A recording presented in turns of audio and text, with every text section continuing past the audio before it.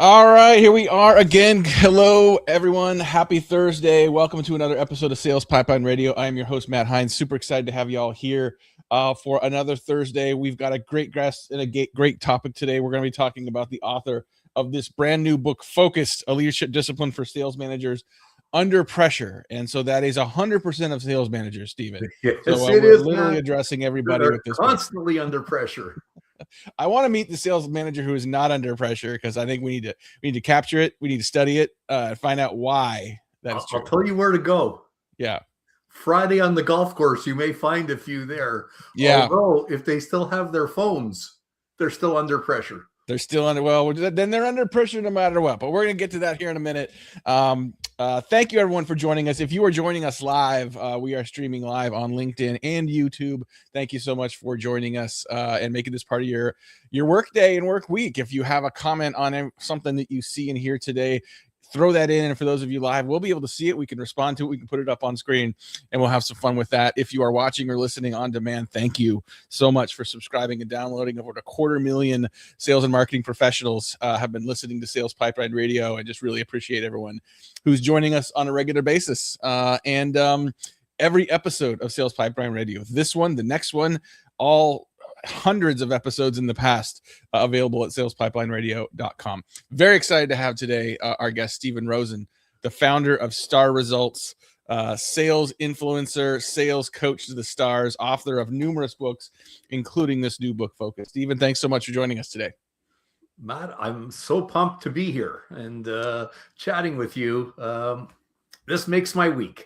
Oh my goodness. Well, thank you. I appreciate it. I appreciate being able to get a couple minutes with you to be able to talk to people about this book. Cause I've enjoyed reading what you write and learning from you over the years. For those of you who don't know who you are, give us a quick intro to Stephen Rosen. Okay. Oh my God. I haven't done this in like 2 days. No, I'm just joking. Well, I come from sales. I'm a sales guy through and true.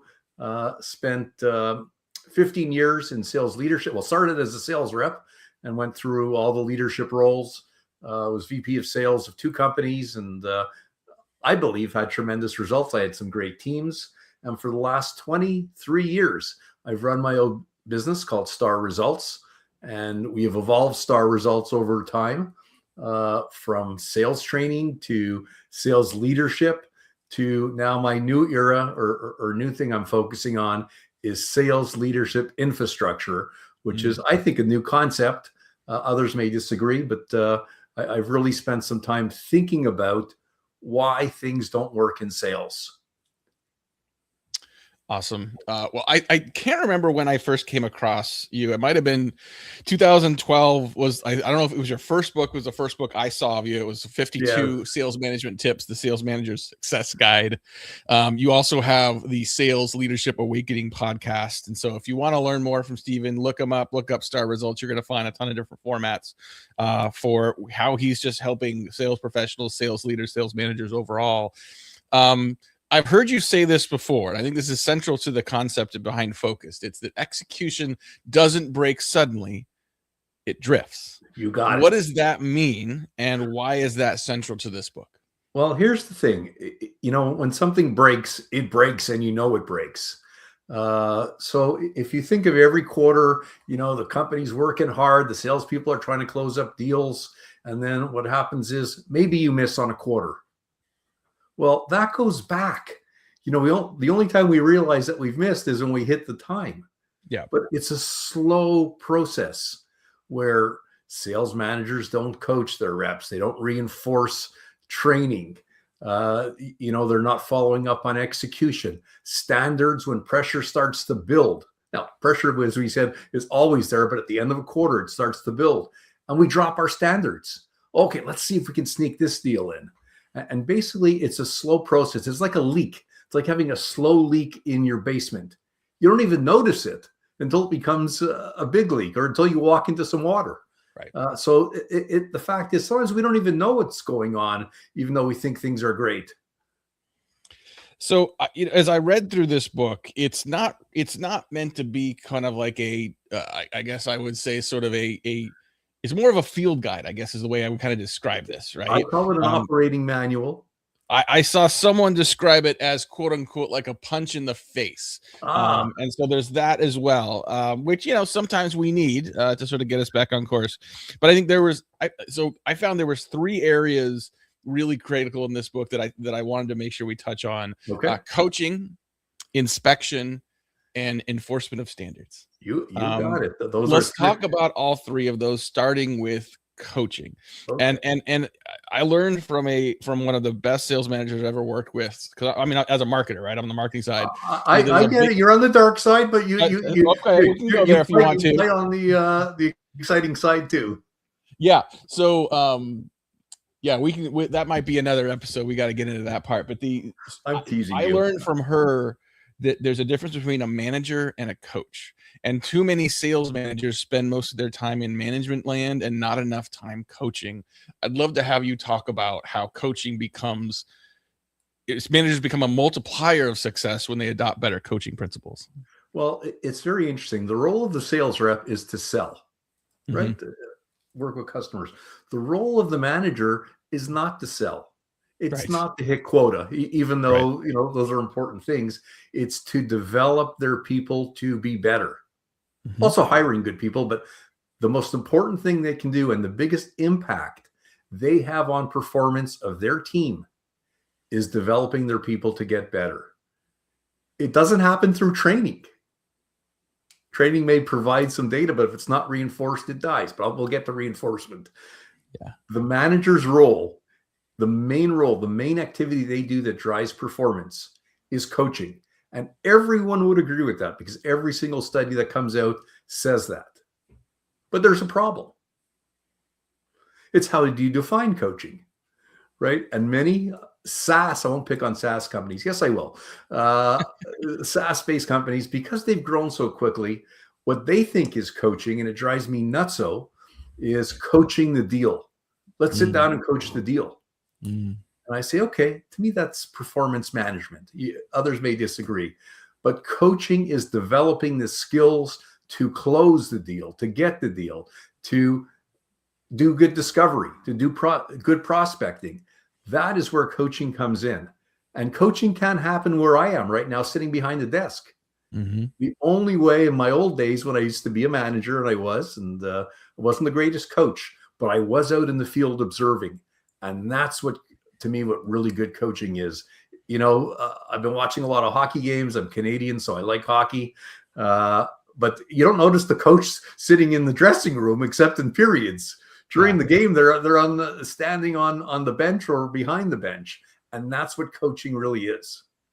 I don't know if I've answered your question, but to me, that's what I'm passionate about. No, I appreciate that answer. We're going to move quickly here because we don't have a ton of time, but excited to have here on Sales Pipeline Radio today, Stephen Rosen. He is the founder of Star Results and the author of this new book, Focused, really a manual for sales managers under pressure. So we talked a little bit about coaching.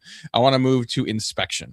And you say that, a lot of times when people sit down and do one-on-ones, we just kind of say, well, how's it going? Right. And so we sort of leave it open to the rep to say whatever they want to do. And you call that failure mode. When you talk about inspection best practices for sales managers, what does that include? It's clearly follow-up. It's inspecting what you've agreed to happen. So if we look at execution, companies spend a lot of time building execution plans. I think even marketing helps along with the execution plans or POAs. We used to call them in the pharmaceutical industry. If you're not sitting down to look at stuff and actually going deeper, it drifts as well. Yeah. Execution drifts. And inspection, is not coaching. It's getting into, it's kind of the management part. It's the nitty-gritty details that you can't accept superficial answers when you're inspecting a deal and you say, who are the deal makers? Or how come they haven't sat down with you? In many cases, the rep will just kind of give you a quick answer, but not necessarily the truest answer, or they haven't really thought about that. So the manager's job is not to get the deal. It's to inspect what the rep is doing. Are they following through? And I don't consider it micromanagement because some people think, oh my God, Stephen's saying we should be micromanagers, right? But periodic planned inspection. My good buddy, Mike Weinberg, does his accountability meetings. Yeah. Okay. And that's a standard for me that I do it every month, or I teach my clients to do it every month, is sit down and review what you agreed to last month, what your results are, what activities you plan, and are you on track? That holds people accountable. Accountability is key. I think inspection is good. Is there a line between inspection and interrogation that you want to sort of maintain? Where do you balance? So part of it is when I do inspection, I ask a lot of managers, are your sales reps high paid professionals? And everyone says yes. And then I say, or are they burger flippers? Right. Nothing wrong. I was a burger flipper once upon a time in my life, and I was lousy at it, to be honest with you. But so I once served someone a raw hamburger at Wendy's, and they came back to the window. But the bottom line is, it is very critical for managers to inspect. My expectation is when you have a accountability meeting, is the rep is responsible to come prepared. So you're not interrogating them. Their job is to tell you what's going on, what's working, what's not working, and what they're doing about it. So it's not the manager say, why hasn't this been done? Right. My expectation is the rep comes, and I know when I used to go see my boss, if things weren't happening, I come and say, okay, we're missing here, but this is what I'm doing about it. Yeah. The difference in philosophy. I think it's important, and I'd encourage folks to sort of read. There's more examples of how to do that and some talk tracks in the book as well to sort of get into sort of more accountable inspection mode. So we talked about coaching, we talked about inspection. Let's talk about enforcement of standards. So if we premise that this book is for managers under pressure, what that makes me think of is like the famous, one of the poet laureates of our time, Mike Tyson, once said, everyone's got a plan until they get punched in the mouth. And when you get punched in the mouth, sometimes when you get under pressure, you kind of go into sort of like fight or flight mode. Yeah. And you just start like, sometimes you throw out the playbook, which is the playbook is for those times, not for throwing it out. Talk about the importance of standards and keeping focused on the process, even under pressure. Okay. So I'm going to throw a little bit of a curveball here. Okay. So to me, enforcement is the missing link. Okay. And people are going to say, isn't it mean? Isn't it bad? But the problem is things break down. And when I talk about enforcement, and I know you've mentioned the book is for managers, the curveball is it's not really for managers. The book is for the second line leadership who is doing a lousy job on enforcement. Yep. And that's where the system breaks down. The CRO probably looks at what are the key standards. I talk about in chapter 5. What are the 3 things? So the 3 things are the 3 things, and that's what you focus on. But where things break down on the enforcement level is not the frontline manager. It's the middle, where the second line managers don't really know what they're supposed to be doing. And they're supposed to be enforcing standards, even when pressure is on. So it doesn't mean calling the rep and saying what's happening or the manager, what's happening with the Acme deal. The difference in the conversation is, how are you developing Steven? How many days have you spent in the field? Right. The conversation changes because you're enforcing coaching. If you're enforcing execution, how is it going with our execution plan? Who's having challenges? What are you doing about it? And the enforcement component, because Matt, I've spent 20 odd years coaching, teaching managers how to coach. So first I'm just going to, you tell me how we're doing for time. But, we're good. Okay, we're good. So, first I would, do an assessment. How are you as a coach, get feedback from the sales reps. Then I teach coaching. And I'd go away, and after 6 months, the coaching program wasn't being used. Then I said, okay, I'm not doing training without coaching, meaning I would coach the managers for 3 or 6 months as part of a program, and that worked pretty good. And then it would tail off. Where I had my epiphany after 23 years, I'm a late bloomer, where I had my epiphany is one senior director got up and said, whatever we learned over the last 2 days, we're going to implement. And the manager said, we love it. Guess what? We just don't have time. How are we going to fit all this stuff into our, we're already busy. Right. Right. Because that's part of the issue that I talk about. Managers are set up to fail because they're busy. So what we did is we set up a task force of getting rid of low value activities so they can do the high value activities. And this leader, who I love, enforced the system. And that is the missing step, because I've seen great results on organizations that have included enforcement. And that's where the book comes from. I've talked about focus, believe it or not. If you go back to my blog, my first articles were about focus, a different shade on focus. But what the key is here, the missing piece that organizations forget is the enforcement component. So I'm glad you brought that up. I didn't send you a list of questions. You did not. That is the crux of the book. And it's not, managers will learn a lot from focused. Yeah. But it's the second line who get punched in the face. That's yeah.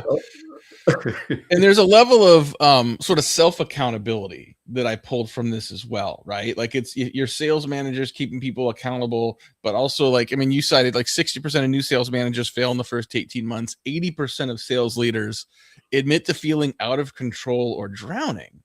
And, you know, you can feel that way in any job, in any context, but to be able to you're the first person that has to be focused. You're the first person that has to stay disciplined, stay accountable, to stick to the standards. Not only because you set an example, but because you need that for yourself to carve out the time and the space to do the coaching, to do the work you need to do to make your team successful. You're right, Matt. Here's the problem. Sometimes the problem is senior management. Yeah. Sometimes the problem is your reps. Right. Because managers think they equate, and I talk about this in the book, they equate busyness with leadership. Right. They're not the same. Right. You know, clearly they're not the same. But how many managers, you said 80 or 90% are overwhelmed. It's because they don't know how to say no. So their boss sends them a Slack. I don't even know what Slack is. I never used it. But they send them a Slack or a text message. Yeah. You know, I'm only one man in my organization, plus I guess some support. They send them a note. Immediately, they drop everything they're doing to respond to their boss. Right? Because the boss wants to know what's happening with the Rosen deal. My answer is say, hey, VP, I will get back to you at our Friday meeting. Many managers can't say that. They think it's urgent. Yeah. So they replace what's important with what's urgent. Yeah. Well, we are now running out of time, and so we're gonna have to wrap this up a little bit. But Stephen, this is just a peek of the kind of insight you can get from following Stephen at Star Results. Check out his podcast, The Sales Leadership Awakening. Run, do not walk, and get yourself a copy of Focus. It's a fast read. It's an easy read. It's the kind of thing you can sort of go back and forth to. I imagine there are sales managers that have this highlighted and dog-eared and sort of highlights sticking up. To sort of, it's the kind of thing that you can use as a pillar to remind yourself of the things that are important and go back to again and again. And what I tell sales managers, tell your boss to read it. Absolutely. so they don't forget, you know, what you need to be doing, because they're probably pushing you in the wrong direction. What I talk about is managers are great.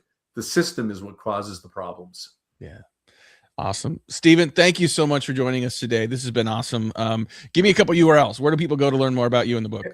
My website is www.starresults.com. You can find me on LinkedIn.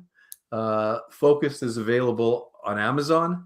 And if you're a leader of a large team and you're looking to purchase bulk, just come to my website, and there's a tab called Book, which has all the information on the book and an opportunity. If you want to implement it through your organization, we offer some very good value-added operating components to help leaders implement the system.